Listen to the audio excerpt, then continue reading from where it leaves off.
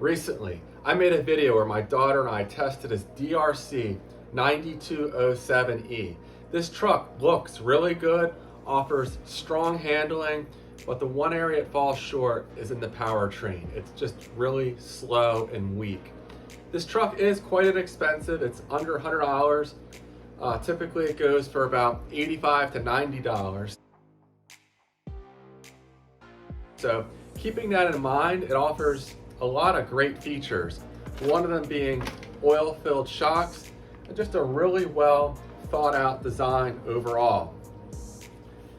Go check out my unboxing and full review video to see how this truck performed right out of the box.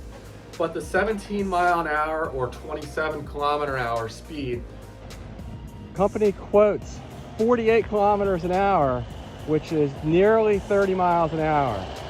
This looks to me to be closer to maybe 15. Definitely a gross exaggeration of the speed. All right, let's see how fast it went. 17 miles an hour. Right out of the box was underwhelming, and it was underwhelming for my 9-year-old daughter as well. So maybe if you're shopping for a kid that's maybe say 5 to 8 years old, out of the box the performance may be sufficient, but to me it needs an upgrade. So what I'm gonna do in this video is take this Traxxas Titan 12-turn motor. It's a bigger motor than the stock motor. We're gonna go ahead and take this truck apart, and I'm gonna show you how to solder this motor into the truck. You can pick up a soldering iron with everything you need for about $20. The motor is about $25, and it should make a substantial improvement in the performance. And you should be able to continue to use the stock 30 amp ESC that comes in here. In a future video, I may convert this to brushless, put a mild brushless system in this truck, and get it significantly faster. But this brushed motor may actually be the perfect pairing with this truck, providing significantly stronger acceleration, better performance through grass, and things that provide a lot of resistance against the truck. And hopefully it'll get the speeds up, you know, maybe closer to 25 miles an hour. I think low to mid 20s would be the sweet spot for this truck. And yeah, so let's go ahead. I'll put this thing in here and we'll see how it performs. Stay tuned. Okay, so the first thing we need to do is go ahead and expose the motor and ESC. So we're gonna go ahead and remove this cover and this cover here as well. And to do that, we're gonna need to remove 1, 2, 3, at least these 4 screws, and I may be missing a few, but I'll start with these 4.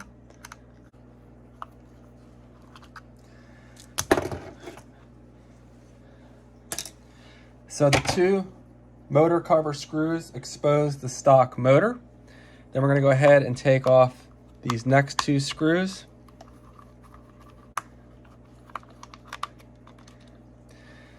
And there we go. We have the stock 30 amp ESC. It's only rated for 2S, 7.4 volts, but that's fine because most brushed motors are really only happy running on 2S.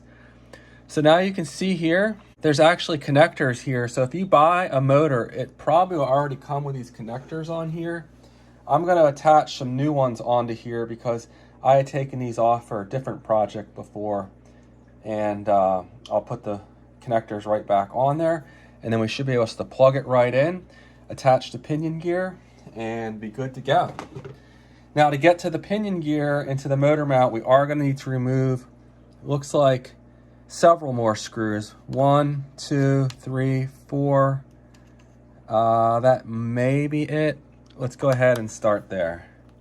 Okay, we're also gonna need to probably remove 1, 2, 3, 4, 5 more screws. So we'll go ahead and do these. Okay, once you remove all of these screws, this crossbar assembly and gearbox cover will come up, but the motor looks like it may stay attached in here. I'm also gonna go ahead and pull this wire out of here, like that. And we'll go ahead and pull up on here. You probably want to keep all the screws right in the plastic that they're originally set in, so you're less likely to get confused and lose them. Then we're going to go ahead and rock the motor out of the motor mount. So there we go, this plastic piece is off. We'll set that aside. And here is the motor mount. It looks like this pinion gear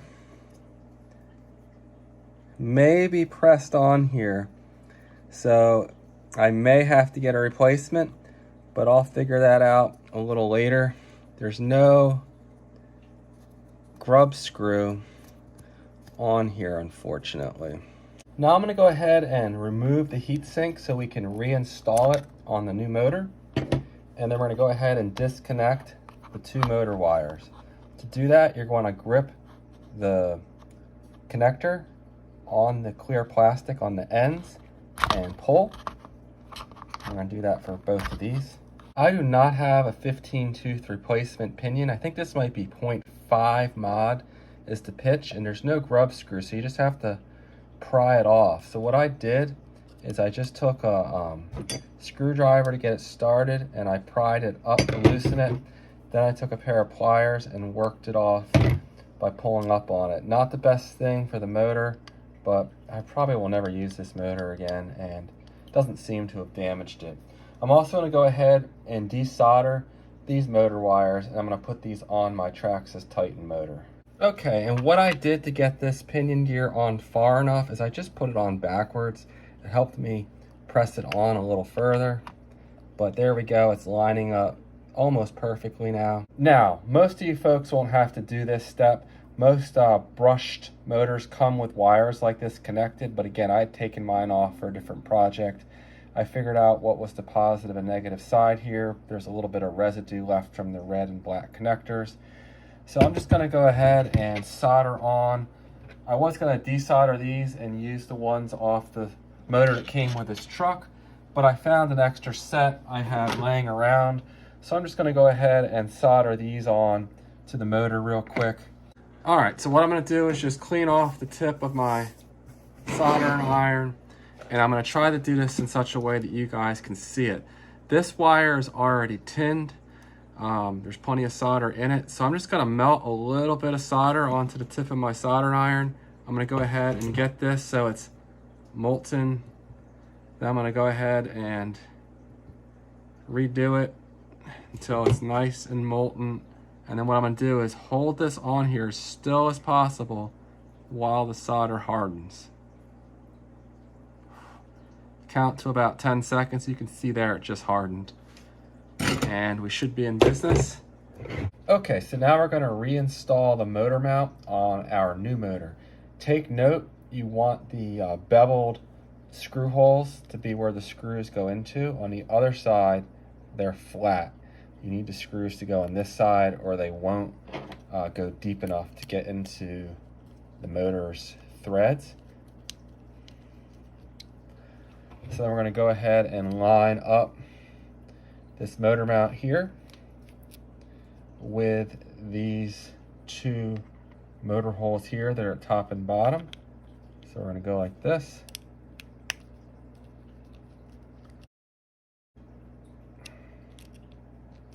Very good. Now I'm going to go ahead and put the heatsink on here. Then I can go ahead and reinstall the motor. We'll check the gear mesh. And the gear mesh looks sufficient. So it should be unchanged from before. Now we need to go ahead and connect the two leads for the motor to the ESC. So we're going to get those in there and make sure they're seated in all the way. Do the same thing for the negative. And make sure this protective cover is lined up properly. And then we're going to go ahead and make sure these wires are not going to rub against the drive shaft here. And then we can restart reinstalling everything. So we're going to go ahead and put the chassis brace back in first. Line up the screw holes. Make sure nothing's binding. And then go ahead and screw in all the screws that we previously loosened. Okay, so there we go. Everything's buttoned up here again. I did have to slide the heatsink over this way a little bit to let it clear the chassis brace.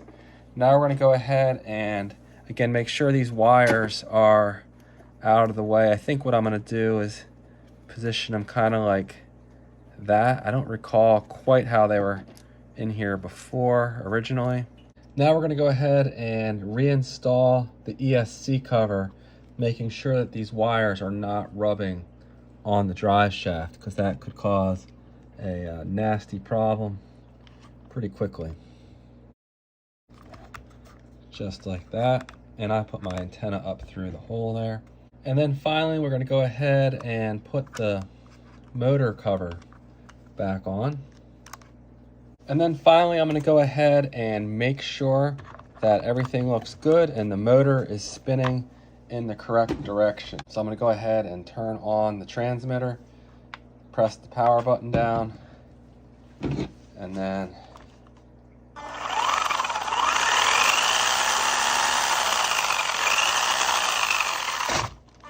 we're going the right direction.